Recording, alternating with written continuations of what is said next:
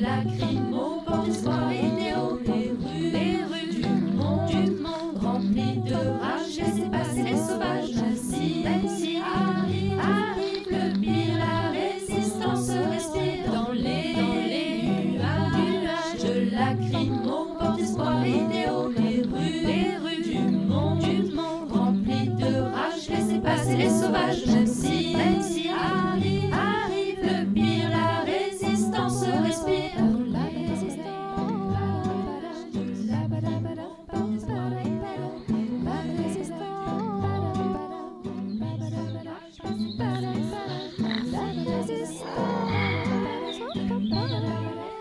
Oh, j'ai fait un cauchemar. Maman, ce cauchemar que j'ai fait.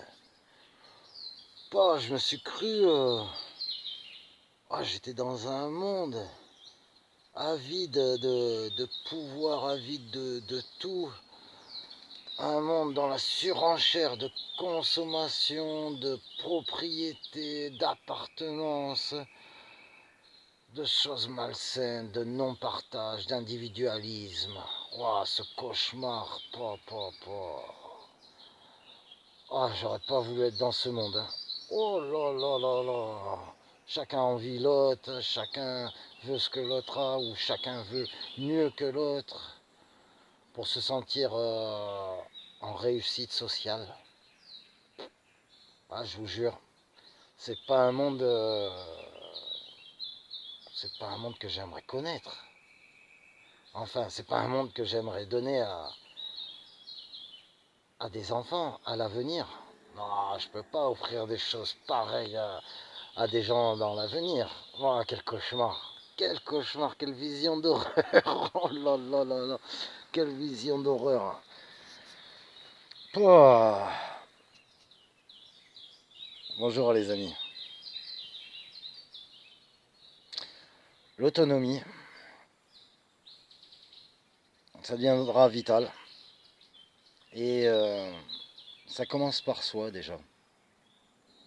Déjà, à se rapprocher de ses convictions. Jamais rentrer dans des extrêmes. Jamais rentrer dans des extrêmes. Quoi? Jamais. Les extrêmes sont néfastes, comme vous le savez.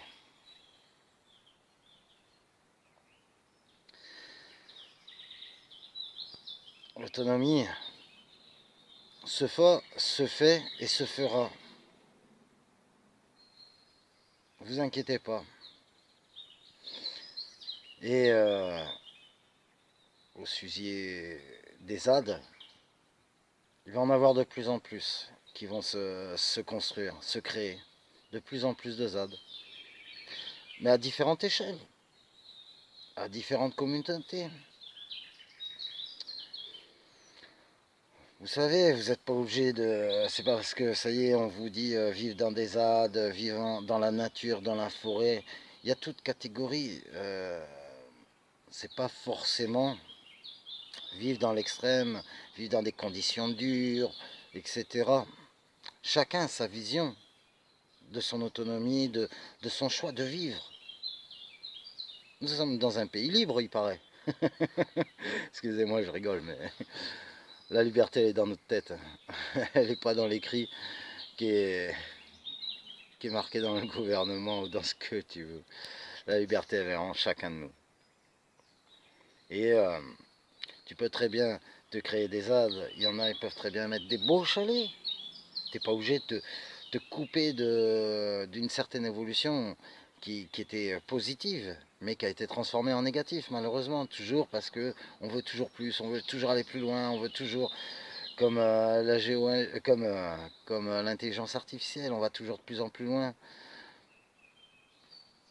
mais au détriment des autres, toujours au détriment des autres.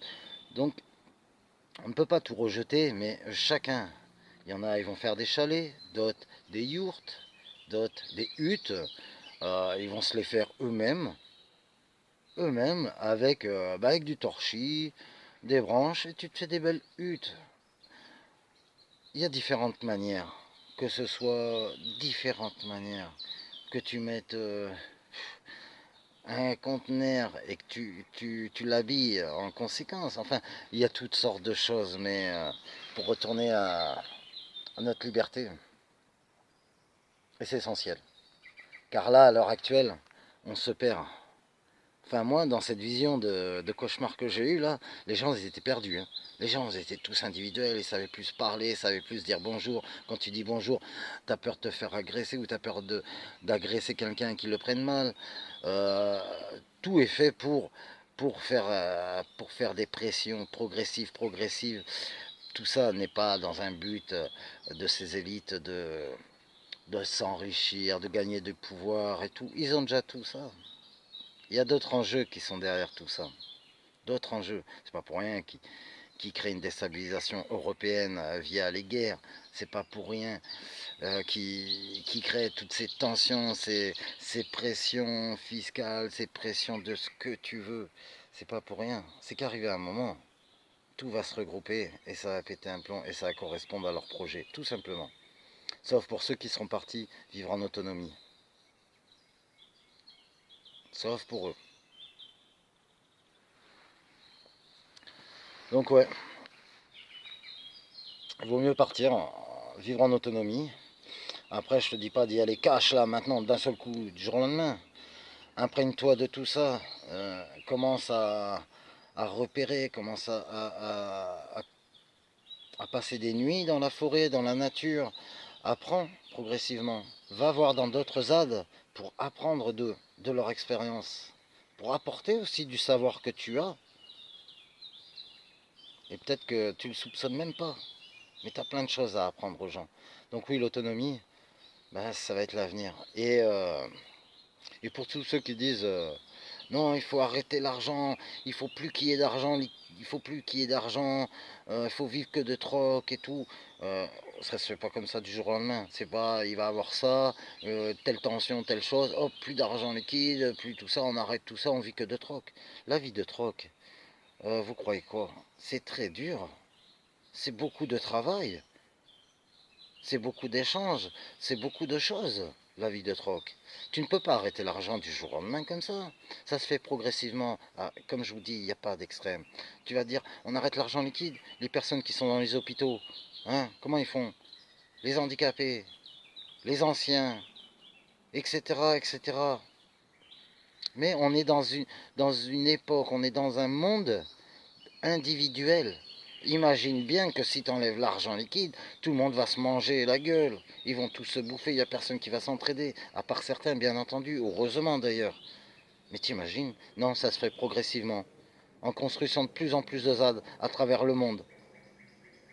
Et en montrant les exemples qu'il y a des possibilités. Et cela amènera tout simplement et tout naturellement les gens à s'y intéresser. Et peut-être à participer à cet autre avenir. Qui n'est pas celui du capitalisme, de la surenchère, de la consommation. Car cette consommation abusive, elle va provoquer ce qui est dans les papiers des projets des grandes élites par la suite. Vous croyez quoi? Que tu peux consommer, abuser des ressources naturelles, abuser de tout, sans fin, sans limite? Tout a une limite. Tu abuses, à force d'abuser, tu n'as plus rien à la fin. Ça va pour tout pareil dans la vie. Ça va pour tout pareil dans la vie. Donc l'autonomie, oui, il va falloir. De plus en plus de groupes, il va falloir. Moi, de toute manière, là le 9 mai, là, bah, la banque, j'ai eu 3 mois de retard pour payer mon crédit immobilier pour ma petite maisonnette, hein, une petite maisonnette. Hein. Ça fait 6 ans que je la paye. 3 mois de retard. Qu'est-ce qui se passe? Ils vont envoyer mon dossier à leurs avocats pour faire, bah, pour me saisir, pour refaire une saisie immobilière. Donc là, d'ici quelques temps, là, d'ici quelques semaines, je vais être à la rue.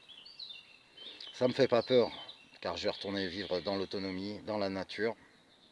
Il y a des choses qui se passeront, des choses que j'expliquerai à certaines personnes, que j'irai voir des personnes aussi, car j'ai beaucoup de choses à partager. À l'heure actuelle, j'ai des pressions dessus. Vous savez même pas les pressions que j'ai. Vous savez même pas tout ce que je subis. Mais c'est pas la fin du monde. C'est une nouvelle aventure, comme je vous dis. C'est une nouvelle aventure qui se prépare. Ce qui me fait chier, c'est que je me suis battu. Pas pour rien, parce que j'ai appris tout le long que je me suis battu. J'ai appris des choses. J'ai rencontré des gens. J'ai découvert. Voilà. Mais je me suis battu pour avoir un bien.